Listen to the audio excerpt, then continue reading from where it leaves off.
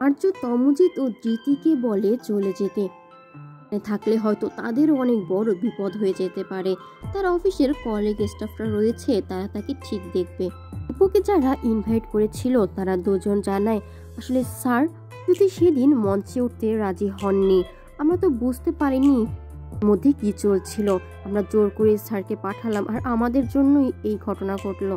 বিষয় নিয়ে তারা অনেক অনুতাপ করতে থাকে। এর মধ্যে নার্স এসে জানায় তাকে অ্যাডমিশন করতে হবে, গুলো টেস্ট করাতে হবে। তমজিৎ ও ধৃতি যেতে চাইলে আর্য তখন নিষেধ করে, তাদের কোনো দরকার নেই, অফিসের কলিগরা আছে, তারাই সবটা ম্যানেজ করবে। কলিগরা জানায় অফিস থেকে যদি আর্যর চিকিৎসার খরচ নাও দিত তাহলে তারা নিজেরাই দিত, কারো থেকে তারা নিত না। তমজিৎ ধৃতি বাড়িতে ফেরার পরে রূপাঞ্জনা বারবার জিজ্ঞেস করতে থাকে আর্য কেমন আছে, ঠিক আছে তো, খারাপ কিছু হয়নি তো। মধ্যে ওরচি সেখানে এসে রূপাঞ্জনাকে বারবার জিজ্ঞেস করতে থাকে রূপাঞ্জনা এরকম কেন করছে আর্যর জন্য, যেহেতু তাকে এতটা কষ্ট দিয়েছে, তাহলে সে এখন আর্যর কথা ভেবে কেন এত কষ্ট পাচ্ছে। তমজিৎ বলে হ্যাঁ কষ্ট পাচ্ছে, কান্নাকাটি করছে, কারণ ও মানুষ। রূপাঞ্জনা বলে ছোট ধাবাই তোর জন্য আজ এত কিছু হয়ে গেল, জন্য মানুষটা মরতে বসেছে, তাও তুই এই কথা কি করে বলতে পারছিস। রূপাঞ্জনা তমজিৎ ও ধৃতিকে জোর করতে থাকে এখনই তাকে হাসপাতালে নিয়ে যাওয়ার জন্য, কিন্তু তারা জানায় এখন তো অনেক রাত, সকালবেলা ঠিক নিয়ে যাবে। ওরচি বলে রূপু কিছুতেই যাবে না। তমজিৎ বলে হ্যাঁ রূপাঞ্জনা যাবে। তমজিৎ রূপর কাছে প্রশ্ন করতে থাকে কোথাও কোনো বোঝার মধ্যে ভুল নেই তো, মানে তুমি যেটা ভাবছো সেটা ঠিক তো, সবকিছুর পেছনে সত্যি কি আর্যই নাই, কোনো বড় রকম ভুল করে ফেলছি না তো, মানে আর্যকে আমি যেভাবে দেখেছি তাই বললাম। পরের সিনে দেখা যায় আর্যর মা এবং মিষ্টি আর্যর কাছে এসেছে। জি বলে দেখেছো মাসিমণি কেমন ঘরে ছেলেকে বিয়ে দিয়েছ, কি অবস্থা করেছে আর্যদার, একবার দেখো। বা কি করে জানবো, আর্যদা তার অফিসের গান গাওয়ার জন্য আর কাউকে খুঁজে পাইনি। এর মধ্যে শেষ হয়ে যায় 954 নম্বর এপিসোডের পরবর্তী এপিসোড 955 নম্বর এপিসোডে দেখা যায় তোর মা বলে তুমি সুস্থ হওয়ার পর কিন্তু যা করার করতে হবে। আর্য বলে এসব কথা এখন বাদ দিতে, কিন্তু রূপাঞ্জনা বলেন না বাদ দিলে চলবে না, যোধা তোমাকে রূপাঞ্জনাকে ডিভোর্সটা দিতেই হবে এবার, মেয়েটার জন্য, ওই মেয়েটার জন্য আজ তোমার এই অবস্থা। আর্য বলে তার কিছু ভালো লাগছে না, মিষ্টি যেন আর কথা না বলে। পরের দিনে দেখা যায় তমজিৎ রূপকে নিয়ে এসে হাজির হয়েছে। রূপ আসা মাত্রই আর্যর মা তাদের জিজ্ঞেস করতে থাকে তারা এখানে কেন এসেছে, কি জন্য এসেছে। ঠিক বলে একজন হাজবেন্ডের এরকম অবস্থায় তার বউ সেখানে আসবে সেটাই তো স্বাভাবিক, কিন্তু আর্যর মা বলে বউ আবার কিসের, ও সংসার ছেড়ে চলে যায়, সে আবার বউ কিসের। ও তমজিৎকে জিজ্ঞেস করে রাতে থাকার পারমিশন তো পেলাম, কিন্তু এখানে তো একটি বেড, মানে আমি যদি রাতে এখানে থাকি তাহলে কিভাবে থাকবো বেড ছাড়া, ওদেরকে বলে তো আরেকটি বেডের ব্যবস্থা করতে হবে। তোর মা তখন সাথে সাথে বলে ওঠে খবরদার রূপাঞ্জনা, রাতের বেলা এখানে আর্যর কাছে থাকার কথা ভুলেও মনে করো না। মিষ্টি তমজিৎ ও রূপাঞ্জনাকে এখনই এখান থেকে পুরো হসপিটাল থেকে চলে যেতে বলে, কিন্তু তমজিৎ বলে মিষ্টি এই কথা কিছুতেই বলতে পারে না। আর্যর ওয়াইফ রূপাঞ্জনা ওই এখানে থাকবে, আর রূপো চাইলে যে কাউকে এখান থেকে বেরিয়ে যেতেও বলতে পারে। তো মনে মনে ভাবতে থাকি রূপো রাতের বেলা এখানে থাকতে চাইছে কেন, দয়া করে না, দয়া করে হলে আমি কিছুতেই সেটা মেনে নিব না, অন্য কারণে হয় তাহলে আমি সেটা মাথা পেতে নেব। মিষ্টি রূপাঞ্জনাকে বলে আমি তোমাকে কিছুতেই এখানে থাকতে দেব না, আর্যদার কাছে আমি থাকবো। রঞ্জনা তখন বলে চিন্তা করো না মিষ্টি, আর্যর কাছে থাকবো আর্যকে সুস্থ করার জন্য, আর্য সুস্থ হয়ে গেলে আমি আর্যকে তোমার কাছে ফিরিয়ে দিব, আমি আর্যকে তোমার কাছ থেকে কেড়ে নিব না। মিষ্টি এবং মিষ্টির মা কিছুতেই রূপাঞ্জনাকে এখানে অ্যালাউ করতে না চাইলেও বাধ্য হয়ে এক পর্যায়ে তারা রূপাঞ্জনাকে সেখানে রেখেই বেরিয়ে পড়ে।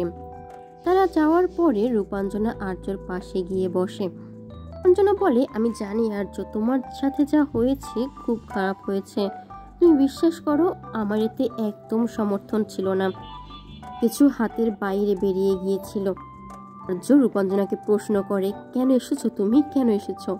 একটা নোংরা ছেলের সাথে দেখা করার জন্য তুমি কেন এসেছো? তুমি চলে যাও এখান থেকে। প্রে করতে পারো না যাতে আমি তাড়াতাড়ি করে এই দুনিয়া ছেড়ে চলে যাই? রূপাঞ্জনা বলে, আমি পারিনি বাড়িতে বসে থাকতে তোমার এরকম অবস্থায়। তো তুমি যখন আমাকে অনেক ভালোবেসেছিলে আমার মনে হয়েছিল আমি সব থেকে সুখী, কিন্তু তুমি তো অভিনয় করেছিলে। আর যখন তোমার সব সত্যিটা আমি বুঝতে পারলাম তখন আমি চলে আসলাম। সব সময় চাই তুমি ভালো থাকো। যেগুলো পেয়েছিলাম, যেগুলো মিথ্যে ছিল, এখন মিষ্টি সেগুলো সত্যিকার রূপে পেতে যাচ্ছে। আর যেই কথা শুনি খুবই বিরক্ত হয়ে যায় রূপাঞ্জনার ওপর। রূপাঞ্জনাকে বারবার বলতে থাকে, কেন বারবার রূপাঞ্জনা একই কথা বলতে থাকে। স্থির হয়ে পড়ে আর্য। রূপাঞ্জনা কি তাহলে এই একই কথা বলতে এখানে এসেছে? বারবার একই কথা বলছে। তোকে এতটা অস্থির উতলা হতে দেখে রূপাঞ্জনা আর্যকে শান্ত করার চেষ্টা করে। রূপাঞ্জনার স্পর্শে অশান্ত আর্য যেন মুহূর্তেই শান্ত হয়ে ওঠে। তাকিয়ে থাকে রূপাঞ্জনার দিকে। রূপাঞ্জনাকে বলতে থাকে, রূপু, তুমি আমাকে যতটা খারাপ মানুষ মনে করো আমি কিন্তু ততটাও খারাপ মানুষ নই।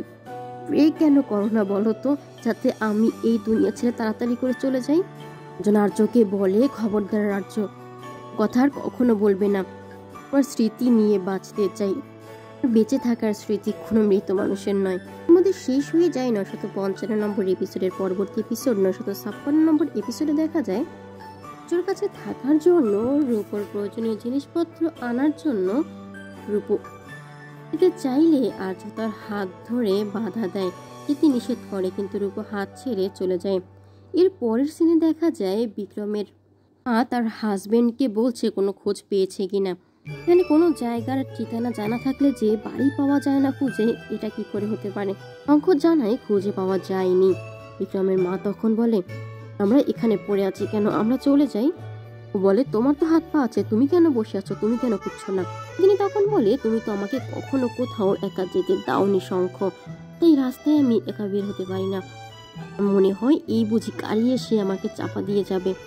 তিনি এমন ভাবে কথা বলছিল, এক পর্যায়ে বাধ্য হয়ে শঙ্খ স্বীকার করে যে হ্যাঁ, সে খোঁজটা পেয়েছে। সে কুমুদিনীকে নিয়ে তার বাপের বাড়িতে যাবে। তারা হয়তো সবটা জানেন, তারাই বলবে, আর তার ছেলের সাথে হয়তো দেখা করিয়ে দিবে। শঙ্খ কুমুদিনীকে প্রতিজ্ঞা করায় ছেলেকে একবার দেখার পরে জীবনে যেন আর কোনোদিন এই ছেলের কথা মনেও না করে। তিনি তখন বলে, আমি তো বন্দি ছিলাম, আবার গিয়ে বন্দি হয়েই থাকবো। থাকতে থাকতে আমার এখন ওভাবে থাকতেই ভালো লাগে। এদিকে শঙ্খ মনে মনে ভাবতে থাকে, ছেলেটা এসে যদি কুমুদিনীকে নিয়ে যেতে চায়, তাদের সাজানো সংসারটাও যদি ভেঙে যায়, তাদের দুই মেয়ে যদি সবটা জেনে যায়, তাহলে কি করে মেনে নেবে সব? ভয়েই শঙ্খ এতদিন ছিল, কিন্তু সে শেষমেশ রক্ষা করতে পারলো না। তিনিকে বাধ্য হয়ে তার এ জায়গায় নিয়ে আসতেই হলো। এদিকে অর্চিকে বাড়ির সবাই মিলে বলতে থাকে, অর্চি যেটা করেছে একদমই ঠিক করেনি। বলে, হ্যাঁ, তার সাথেও তো আর্যর দেখা হয়েছিল, সেও তো আর্যকে অনেক কথা শুনিয়ে দিয়েছে, কিন্তু গায়ে হাত তোলার পর্যন্ত পড়েনি। অর্চি কেন ফাংশনে ওভাবে পাবলিকলি কথাগুলো বলেছিল? মধ্যে রূপাঞ্জনা চলে আসে। রূপাঞ্জনা জানায় সে রাতের বেলা আর্যর কাছে থাকবে, প্রয়োজনীয় জিনিসপত্র নিতে এসেছে। অর্চি রূপকে বাধা দেয়। রূপ জিজ্ঞেস করে, অর্চি কেন এরকম করলো? যা কিছু হয়েছে সবকিছু অর্চির জন্য হয়েছে। অর্চি কথা কাটাকাটির এক পর্যায়ে রূপকে ঠাস করে চট মারে। আর এর মধ্যে শেষ হয়ে যায় 956 নম্বর এপিসোড। এর পরবর্তী এপিসোড 957 নম্বর এপিসোডে দেখা যায় অর্চি তার অফিসে ছিল। অমলিকা বিক্রমকে নিয়ে এসেছে অর্চির সাথে দেখা করার জন্য। অর্চিকে আজ তারা প্রয়োজনীয় কিছু কথা বলতে চায়, কি ডিসিশন নিয়েছে, আর সেটা জানানোর জন্যই অর্চির কাছে এসেছে। জি বিক্রমকে দেখে বলে, ও আচ্ছা, আপনিও তাহলে এসেছেন। তখন বলে, আপনি না বলে তুমি বললে বোধ হয় বেশি ভালো হয়। অর্চি তখন বলে, আমার কাছে আপনি আর তুমির মধ্যে এমন কোনো পার্থক্য নেই। তারা অফিসে এসেছে জিজ্ঞেস করাতে কমলিকা তখন বলে তারা ডিসিশন নিয়েছে তারা বিয়ে করবে, আর তাই জানানোর জন্য অর্চির কাছে এসেছে। তার মনে হয়েছে সবার আগে অর্চিকেই কথাটা জানানো দরকার। মনে মনে ভাবে, এক সময় কত আনাগোনা ছিল এই অফিসে, আর এখন বলে, তোমরা এখানে না আসলেও আমি তোমাদের সাথে দেখা করতে যেতাম, বিশেষ করে বিক্রমের কাছে। বিক্রমের মা কাল আসছে, মশাই ফোন দিয়ে তো তাই জানালেন। শিমনি মূলত তার ছেলের জন্য এখানে এসেছেন, ছেলেকে খোঁজার জন্য।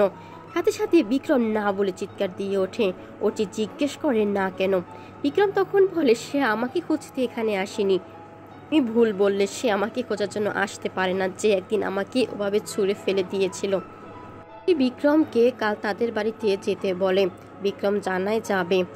তো বিক্রম এখন আর দেখা করার জন্য তেমন একটা উৎসাহ না করলে অর্চি তখন বলে মত মনে হচ্ছে আজকাল পরিবর্তন হচ্ছে, জীবনে পরিবর্তন আসছে, তো নতুন মানুষ এসেছে তোমার জীবনে, মতেরও পরিবর্তন হয়েছে, তা তুমি কাল যাবে বলছো তো?